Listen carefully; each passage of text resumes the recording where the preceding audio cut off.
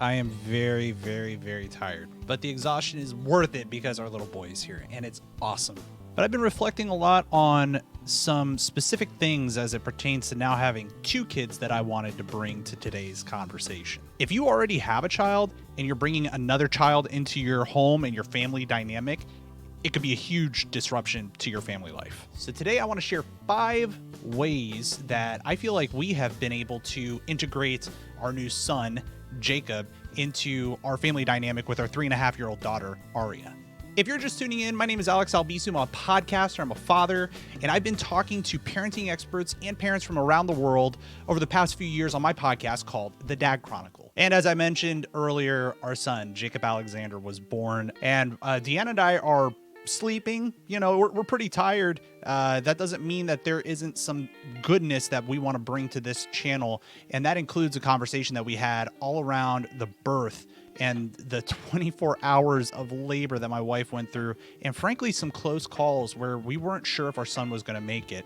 We talk about that very openly because I think it's really important to bring that forward as, hey, these are possibilities of things that can go wrong during a birth. Everybody's healthy, everybody's good now, but it's worth a listen. The link to that is right up here if you'd like to give that a listen as well. But once all that drama was over, it was time to bring baby Jacob home and introduce him to his big sister. This is a moment that we had been waiting for a very long time. 9 months precisely.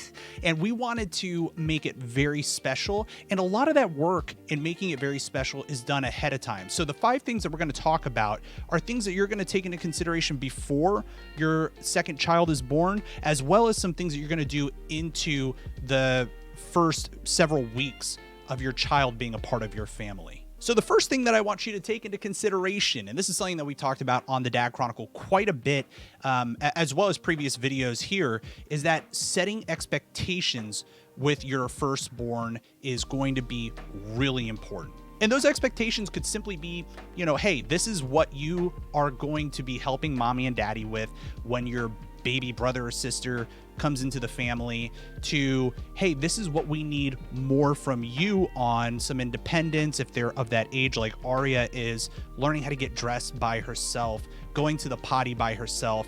Those are some things that we started instilling in Aria ahead of time. This was kind of well in advance, a few months at least, that we started really planting these seeds. This is important because it's not going to be shocking to their system when they see this new child, a potential threat coming into their territory, and they will understand what they need to be doing ahead of time. They will already have built some of that muscle memory ahead of time, and they'll be able to contribute a whole lot more. And their contribution could be something as simple as them just behaving.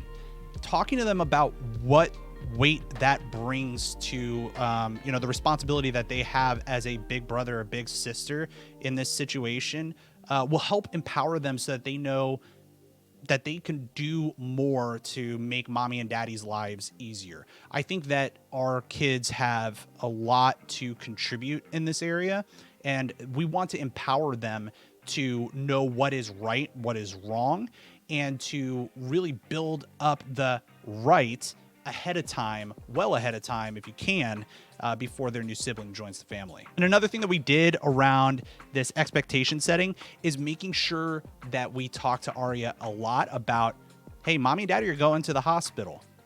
This is the battle plan. Mommy and daddy are going to be gone for a few days. We had Deanna's mother staying with Aria and the dogs here at the house. So we talked about, hey, grandma's going to be having a sleepover with you, and making sure that it was an exciting moment, and talking a lot about baby Jacob joining the family. That got her really excited. And she is the type of kid that likes to know when things are coming. So know your child is another piece of this first tip. Know your child, know how they react to change. For Aria, we knew exactly how she would respond if all of a sudden a baby showed up. She needed to be prepared. Think about what your kid needs in order to thrive. How do you adapt what I just talked about to your own family? Number 2, gifts. This is such a great idea. Deanna kind of ran with this when we found out that we were pregnant. And as we got closer to the time when Jacob was going to be born, we had a couple of things happen. We had Arya start to create some art. You know, she ended up coloring some stuff, and we framed it in Jacob's room. And if you watch that nursery tour that I had recorded before, you can see some of the art that she put together. But it was a very special moment for her. She knew that she was going to be contributing to Jacob's life in some kind of a way, and got her very excited to make something for him. And then on the other hand, we actually had Jacob give Arya a stuffed animal. And so she now knows that that little unicorn came from Jacob. It's a nice little way to, you know, begin their relationship. And it was adorable, man, watching her, you know, get that little unicorn. It was really cute. Now, number 3 is an interesting one. We want to empower our kids to have opportunities to help us as parents to take care of the little one. But it's really, really important to set boundaries. As I mentioned before, Arya is really, really excited to meet Jacob, and that means that she wants to be all over him. A 3.5-year-old who has boundary issues wants to love on her little brother all day, and it's really exciting. The problem is matching the energy of that 3.5-year-old with a newborn. Oftentimes we're telling our daughter to, hey, stop jumping around next to the kid because we don't want you to jump and land on him if he's doing tummy time on the floor. Or, hey, Arya, stop touching his face so much. You just came in from preschool. Like, please wash your hands. So those are some of the boundaries that you want to be talking about. I kind of wish that we went into the pregnancy setting up some of that expectation with her. But I mean, the thing to take into consideration is we got her really excited that she's having a little brother. She's responding in a way that's really wonderful and awesome for us to see as parents. She could, on the other hand, could have been really jealous when this new kid came in. And that's not something that we want. We want her to be happy and excited. And we made that happen. That's great.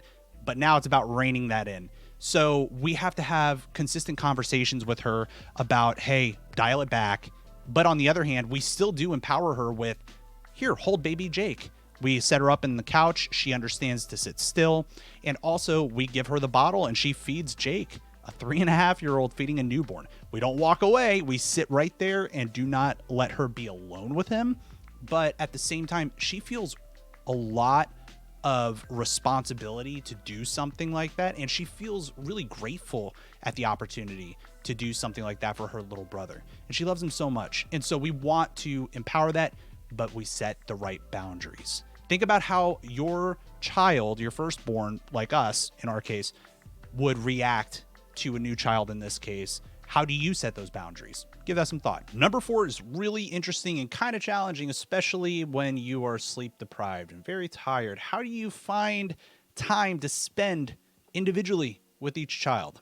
Lucky for you, newborns are easy, because they just kind of sit around and they eat and they pee and they poop and they look cute. And that's great. But your child, like us, in our case, we have a 3.5-year-old who has a lot of needs socially. She likes for us to play with her, to spend time with her. And I love that too.